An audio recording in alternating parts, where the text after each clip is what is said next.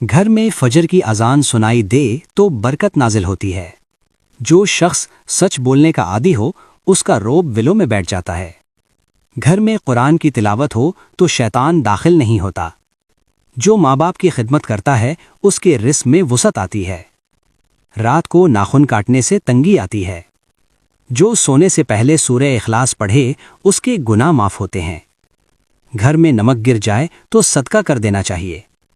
جو شخص غصہ پی جاتا ہے اللہ اسے عزت دیتا ہے۔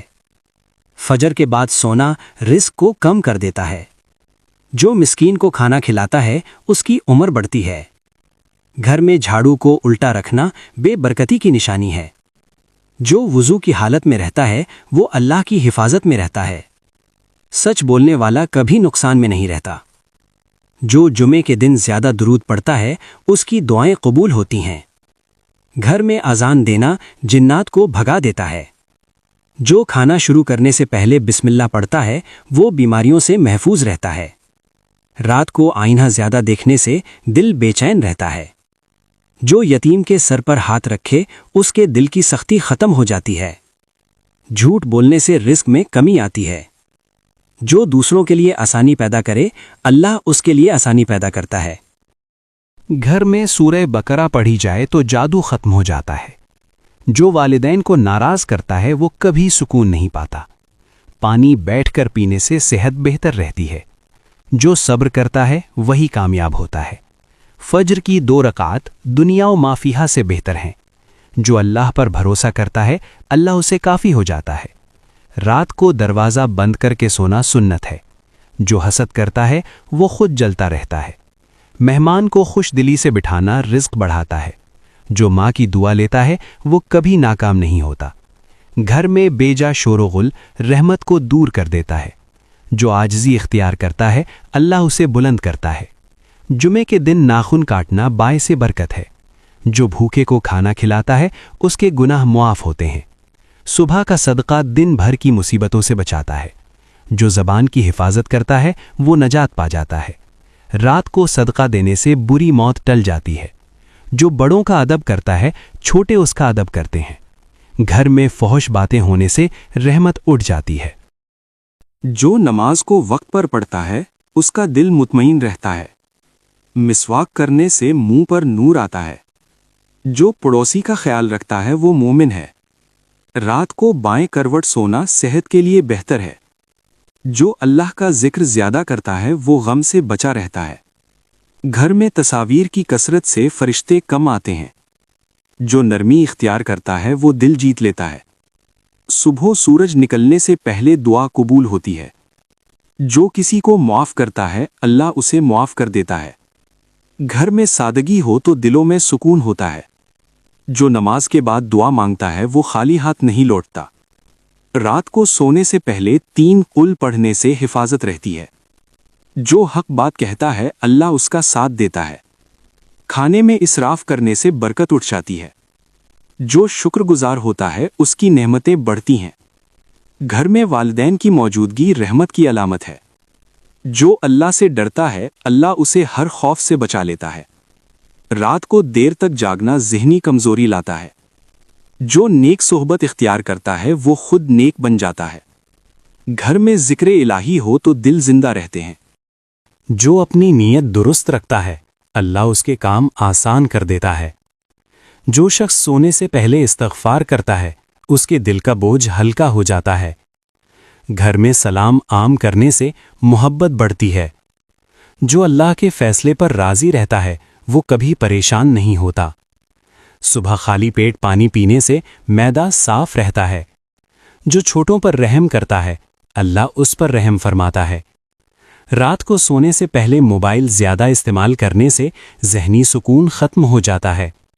جو دعا کے بعد آمین دل سے کہتا ہے اس کی دعا جلد قبول ہوتی ہے۔ گھر میں جھوٹ بولنے سے آپس کی برکت ختم ہو جاتی ہے۔ جو اللہ کا نام لے کر کام شروع کرتا ہے اس کے کام میں آسانی ہوتی ہے۔ جو دوسروں کے عیب چھپاتا ہے اللہ قیامت کے دن اس کے عیب چھپا دے گا۔ گھر میں رات کی رانی کا پودا ہو تو سانپ آتا ہے۔ گھر میں بیر کا درخت ہو تو آسیب آتے ہیں۔ گھر میں کبوتر آئے تو مشکلیں آسان ہوتی ہیں۔ घर में लाल चींटियां हों तो मुश्किलें आती हैं, घर में बिच्छू हों तो मुसीबतें आती हैं। घर की चटाई अस्पताल के बेड से बेहतर है और रिस्क की तंगी सांस की तंगी से बेहतर है। जिसके घर में पहली बेटी हो उस घर के अफराद की उम्र लंबी होती है। जो रात के वक्त पाँव की मालिश करके सोते हैं उन्हें बहुत ज्यादा सुकून की नींद आती है। रात का खाना जरूर खाएं, चाहे 2 खजूरें क्यों ना हो। रात का खाना ना खाकर सोने से इंसान जल्दी बूढ़ा हो जाता है। मूली के पत्तों का रस निकालकर पीने से यरकान की बीमारी खत्म हो जाती है। अगर बांझपन वाली औरत बकरी का दूध पीती रहे तो वो बहुत जल्दी हामिला होती है। क्या आप जानते हैं कि कुछ निशानियां ऐसी होती हैं जो हमें अल्लाह की तरफ बुलाती हैं, लेकिन हम रोज इन्हें देखकर भी नज़रअंदाज कर देते हैं? क्या आपने कभी सोचा कि अचानक दिल का घबरा जाना, बिला वजह आंखों से आंसू आ जाना या तन्हाई में अल्लाह का नाम आ जाना, ये सब महज इत्तेफाक नहीं? आज की इस वीडियो में हम बात करेंगे इस्लाम के कुछ हैरत अंगेज़ हक़ाइक़ और उन पोशीदा निशानियों के बारे में जो हमारी ज़िंदगी से जुड़ी हुई हैं। आखिर तक ज़रूर देखिएगा, क्योंकि आखिरी निशानी अक्सर लोगों की ज़िंदगी बदल देती है। अल्लाह ताला कुरान में फरमाते हैं, खबरदार, दिलों का सुकून अल्लाह के ज़िक्र में है। ये कोई आम बात नहीं, ये एक ऐसा इस्लामी हकीकत है जिसे साइंस भी आजमान चुकी है। जब इंसान अल्लाह को याद करता है तो दिल की धड़कन मुतवाज़िन हो जाती है, ज़हनी दबाव कम होने लगता है और दिल को सुकून मिलता है। अगर आपको दुनिया की हर चीज़ होने के बावजूद दिल का सुकून नसीब नहीं, तो ये एक पोशीदा निशानी है कि आप अल्लाह से दूर हो रहे हैं।